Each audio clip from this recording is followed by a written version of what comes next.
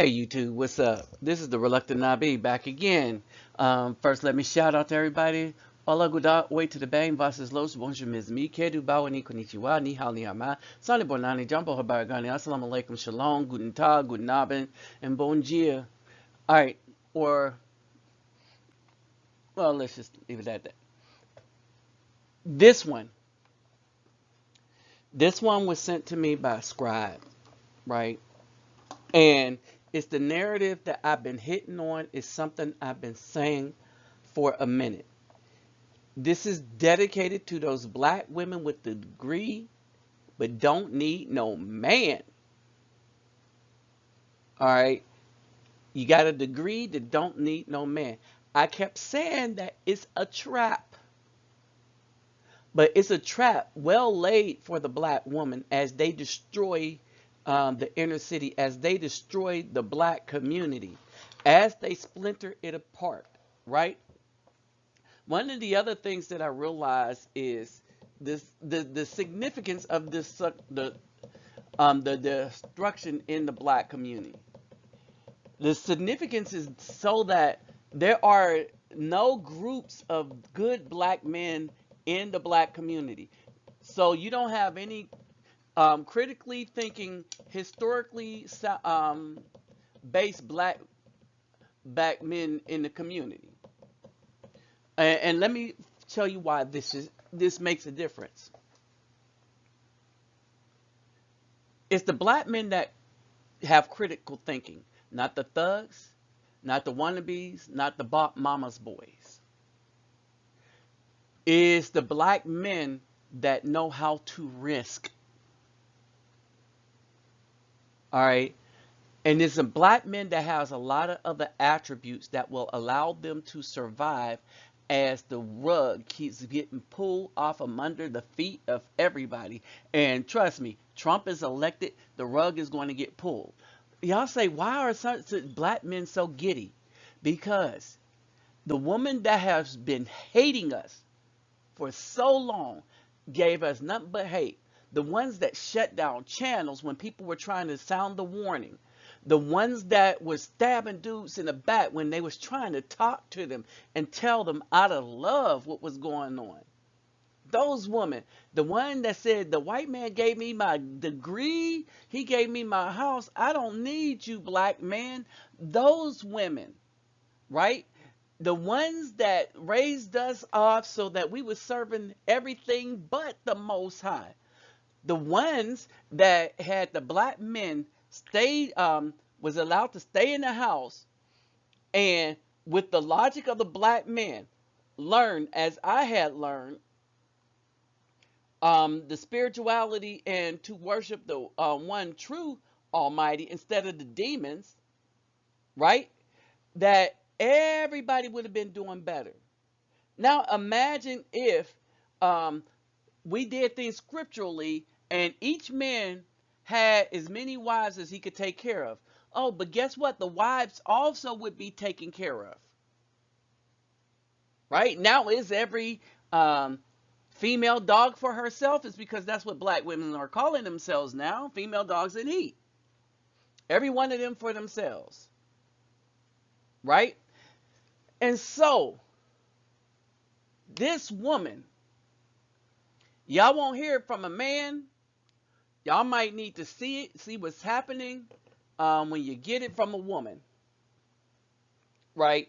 This book that she wrote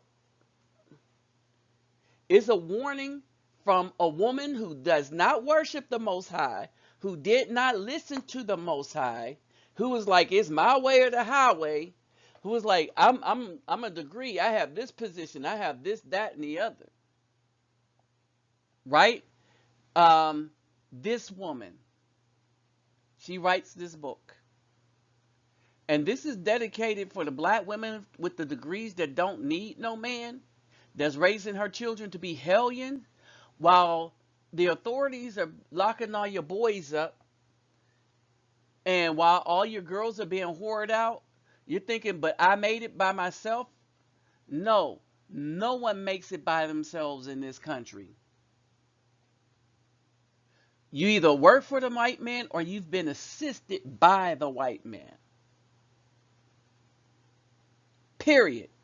By the white man, I mean those 5 families that run the world. Basically, that's it. See, black women didn't understand that they were still slaves, but their objective was to keep black men broke so that we could never get out of slavery, thereby raising our families out of slavery. Because what don't black women do? They don't raise a dang person out of slavery, and they don't lead nobody to the Most High. What black women do is they lead everybody to the God they feel like they want to serve, which is the white man God.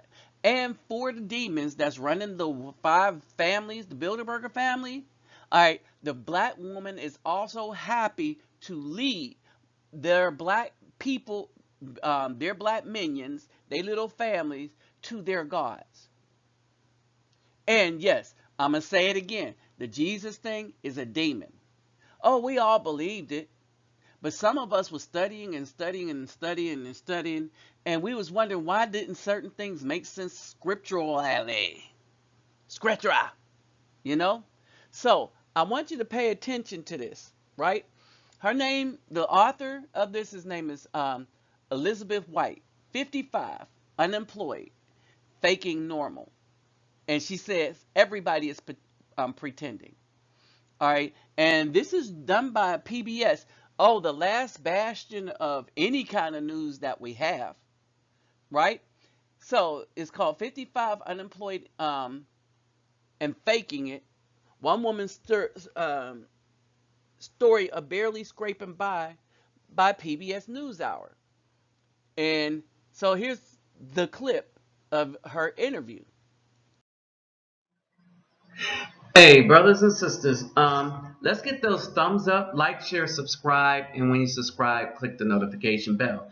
Now, you will see my Cash App and PayPal me link as usual in the description box, but above that is and this is going to be important, I'll explain it right now. Above that is going to be the link for the NGO's Instagram page. So what's happening is they got some donors that will donate if they some needed funds to them if they reach a particular benchmark and they're close. And so I am hoping that we could push them a lot closer and get them ahead of the game. Now I have about, within a day, 400 to 900 people that watches my videos. All right. If you made it to this part, please look in the description box at this moment. And even more important than what I'm doing right now, please click on that link. It'll be at the top. It'll be above my donation link.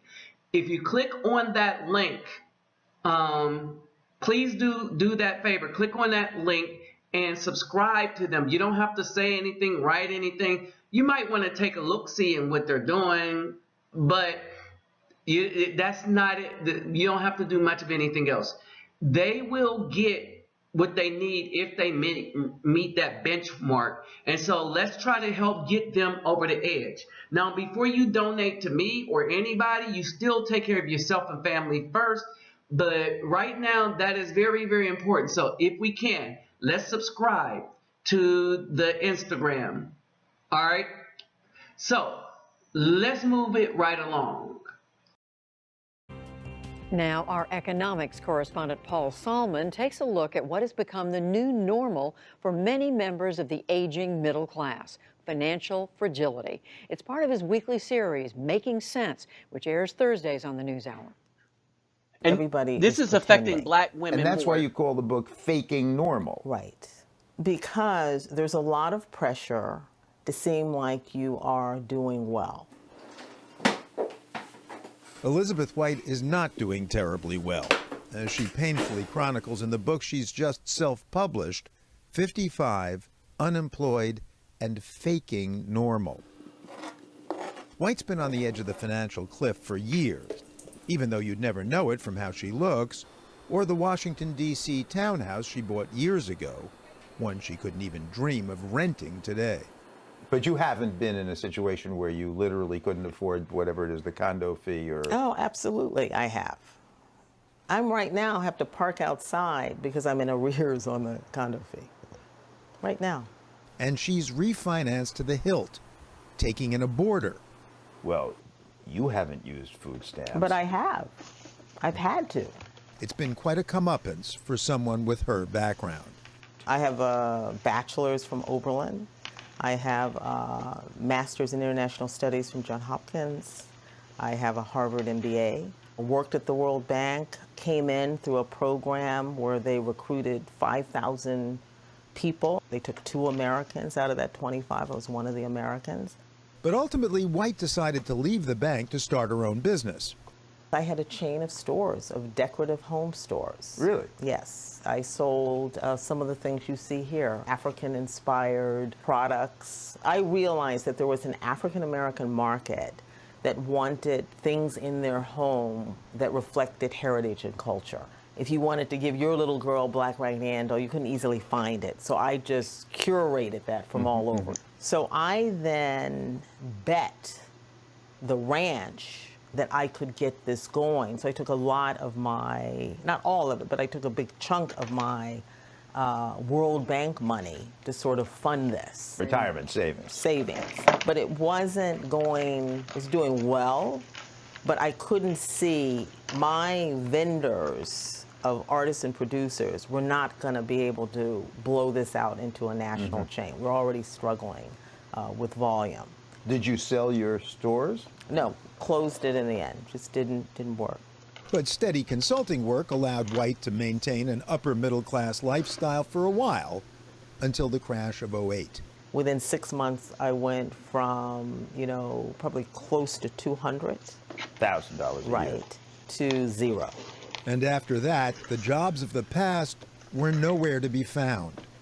This is, to me, where the age discrimination piece happened. I find it much harder at this phase of life to get hired than I did earlier.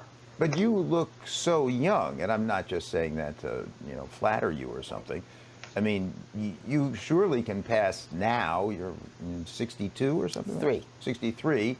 And you could pass for your 50s easily, mid-50s, early 50s, right? Early 50s is not considered young in the workplace. No, it's not, as we learned in an interview with economist Teresa Ghilarducci, citing a study by the New York Federal Reserve. From 45 to 55, wages decreased by 9%. From 55 to 65, another 9%.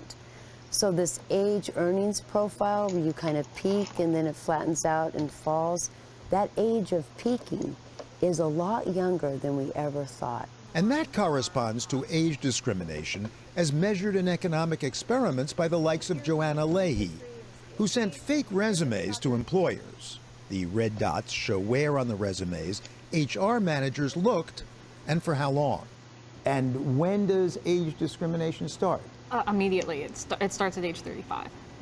Really? Yeah, it's a pretty steady process. And it's women more than men. It's definitely women more than men. No Women wonder more than career men. Coaches tell you to wipe the dates off your CV. But, says White, When they then ask you to fill out the application, that's all algorithm driven, you cannot leave off when you graduated from college. And once you put that date in there, Then it's... College used they to know. entrap. Now, as you get older, your network also is not what it used to be. Because they're losing their jobs. They're losing their jobs. They are retiring. They're not hearing about things. They're winding down. People have died. so White has been scraping by with scattered freelance gigs. So sort of bits and pieces that allow me to cobble together income. But nowhere near the income of the past. Oh, no. Not No. even close. No. I mean, again, I have years of, under 30,000. Help has come from unexpected sources, like neighborhood free spirit Elijah, a clothing minimalist. I was getting on the far side of where my mortgage company was getting like serious with me. Because you were behind in your payment. Behind. He just, Lizzie, I'll do it. I can do it. But I'll do it meaning I'll make up the Yes, difference. I will do it. He'll pay your mortgage. Right. So this is my Elijah. Watch this correction. Yeah. I'm people's Elijah. The Vietnam vet gets about $900 in monthly benefits, saves almost half. I'm not a things person. How much money you think I'm spending on my attire? Okay. As he says, I have a few friends like you who are in the stuff world, is what he calls. And you're always getting into some kind of mishap. Grateful to get by, with a little help from her friends, White was also embarrassed. You're the loser. You know, how can you have this kind of background and be landing here? There must be something wrong with It you. has to be. And then you read things like, oh, it's the latte factor. It's all that bottled water you were drinking. You know, it's The latte factor, you were spending too much money on at Starbucks. Right. But you could have saved more, couldn't you? Absolutely. Absolutely. So are you... I could have not started a business. I stayed at the World Bank, not taken that, you know, risk. But she did. Her reward? Financial fragility. Something she now shares with a surprisingly large portion of the former so-called middle class. From Washington, D.C., this is economics correspondent Paul Salman, grateful to be reporting for the PBS NewsHour. And we're grateful you are too. In next Thursday's Making Sense, how common Elizabeth White's plight is these days and her tips for how to be normal in the face of financial adversity instead of continuing to fake it.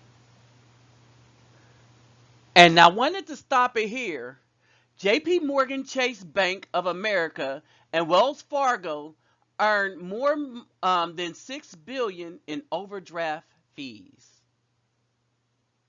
Y'all hear that? $6 billion in overdraft fees. $6 billion in overdraft fees. That's what we call robbery. You know why the white people gave you Christianity in the New Testament? So that they can do this to you and you wouldn't bat an eye, saying that I am being robbed. Right? This amounts to usury. It's against the commandments. But black people wouldn't know that because they only read the New Testament and white Jeebus, right? And so that demonology allows the white people to rob you in an unjust way. Only you don't understand that you're being robbed. And you don't understand this, and that every part of the illegal financial institutions set up by these 5 families, every part of it is illegal by commandment. But the reason why you don't know it, because your ignorant behind is following their God. And their God is saying, which is a demon, they're saying, we got these suckers on the ropes. All right? So we're going to rob them for all that they own because they don't know the fight against this. Why? Because they don't read the scriptures that the Most High gave to them. That would be us, the black people. And since they're busy following the white people, whereas the white people should be following the example of the black people, that's what our intended purpose was. Not really to hate the white people, but to hate evil. So if white people are evil, then we hate them. Right? But we were supposed to be the light to the world. Not the white people, because they can't be the light. Black people were supposed to be the light to the world. Anywhere we were, as slaves or whatever, the white people came and took part of our culture. And surprisingly, this is big in Brazil, the Afro and Cuba and stuff. You look at the merger of our music, white people took it, kind of morphed it, like our music in the United States. It's the biggest thing that where you can recognize, and a lot of people are old enough to understand that, wait a minute, didn't they hate that music until they liked it? You see what I'm saying? And so basically, that means that we were the light, but we gave up that light to follow their gods, right? And their gods did a whole bunch of crooked things that's illegal to our Most High, all right, because their gods are demons. And the biggest one was white Jesus, Christianity. And with Christianity, it allowed that religion allowed them to rape our mentality, our minds, and everything else. Um, it allowed them to pivot from living within your means, being responsible, living with love and dedication for family and stuff, to materialism. Trust me, this woman is a Christian. Oh, and she has that natural black hair. You see what I'm saying? So that's why I don't let the natural hair fool me. Right? I'll wait to see how you live and what you say. And how you deal with me.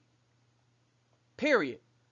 All right? So, as we go along, right? And she's not looking bad for 60. Which means she was looking hella fine at 35. At 25. Oh, but what happened? Everybody, her mama black, put in her head, you don't need no man. Go out, get your education. All right? And then you can go work for the white man all your life, right? Oh, but if you ever decide to branch off on your own without no man, you're going to be stuck by yourself or with a man that you don't want that's going to be using you. You understand? So all the degrees she has is not helping her now. Wait a minute. The degrees are now her trap. Oh, y'all missed that, right? The degree is now her trap. She says you can leave your age off, but you have to put in what year you graduated. Now, especially for women, especially for black women. See, because the white women have the support of their husbands in general still. The feminist white women, they're not going to make it, but they have more of a club than the black feminists, all right, and they have more of pull than black feminists. Oh, but guess what? Trump is pulling that rug off from under them too. You understand? Now, with the black feminists that don't need no man, you stuck out on your own. All right? Remember, the scripture said you will be hated on all sides. It says the ones that you hate will hate you. The ones you hated but gave your draws up to will hate you. Ezekiel. Oh, y'all don't remember that? Allow me to refresh your memory.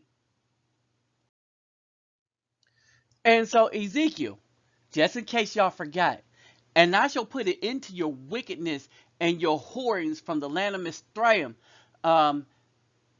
so that you do not lift your eyes to them, neither remember Mizraim anymore.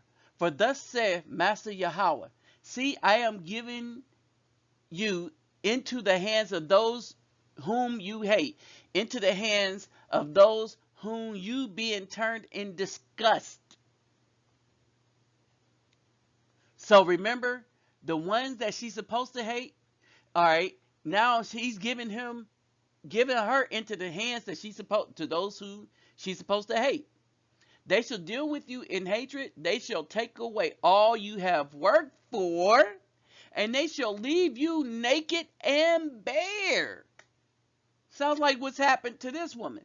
And the nakedness of your whoring shall be uncovered, and the wickedness of your whoring,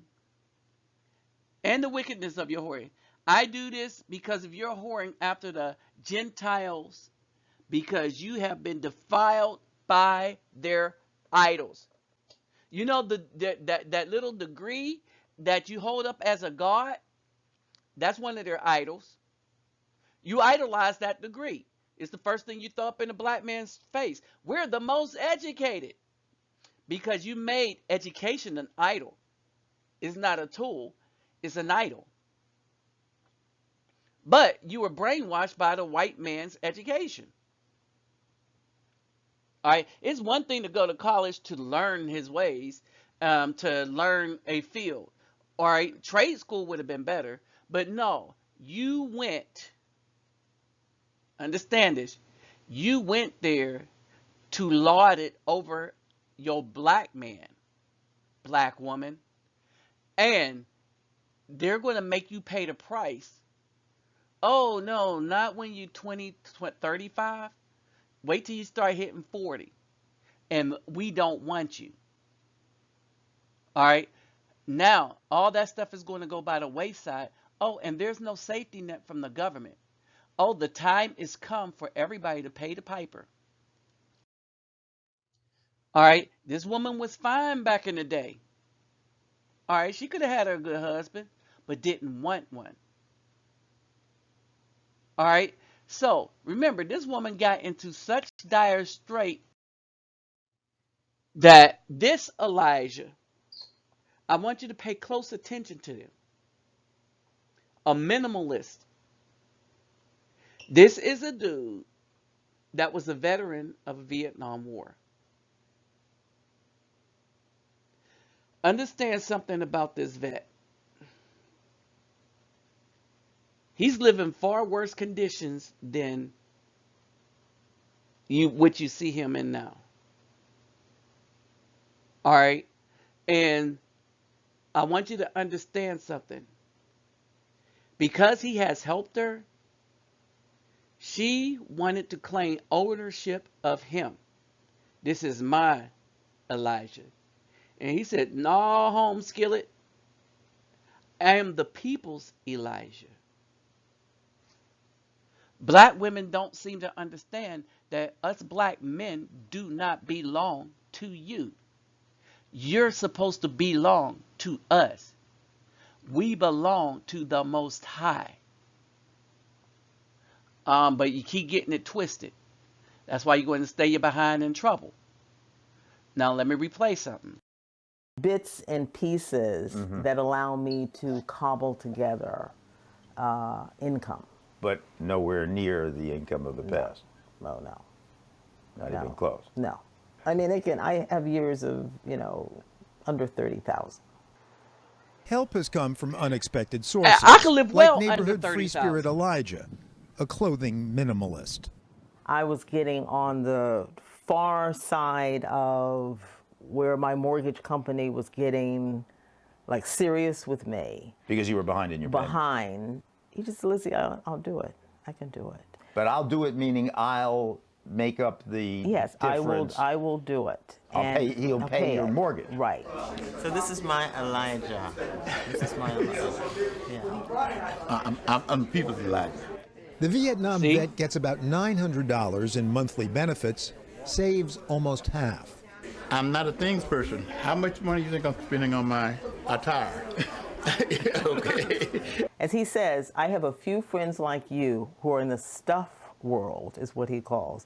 And you're always getting into some kind of mishap. Grateful to get by, with a little help from her friends, White was also embarrassed. You're the loser. How can you have this kind of background and be landing here? There must be something wrong with you. It has to be. And there is. Things like, oh, it's the latte factor. It's all that bottled water you were drinking. The latte factor, I mean, you were spending too much money on at Starbucks. Right. But you could have saved more, couldn't you? Absolutely. Absolutely. So are you... I could have not started a business. I stayed at the World Bank, not taking that, risk. But she did. Her reward? Financial fragility. Something she now shares with a surprisingly large portion of the former so-called middle class. From Washington, D.C., this is economics correspondent Paul Salman, grateful to be reporting for the PBS NewsHour. And we're grateful you are too. So at the end of the day, who had to come and save her black behind? That's right, a black man that know how to live under the circumstances and understand the trickery of the white man in a way that the black women never can, never will, and never could. All right, the black man she didn't need when she was 25, she need now. This dude don't come around, she loses everything and don't have no place to live. Now she, with her degrees, which don't help her now, end up walking around by force in the way he's walking around by choice. With that said, I'm out. And the wall keeps winning.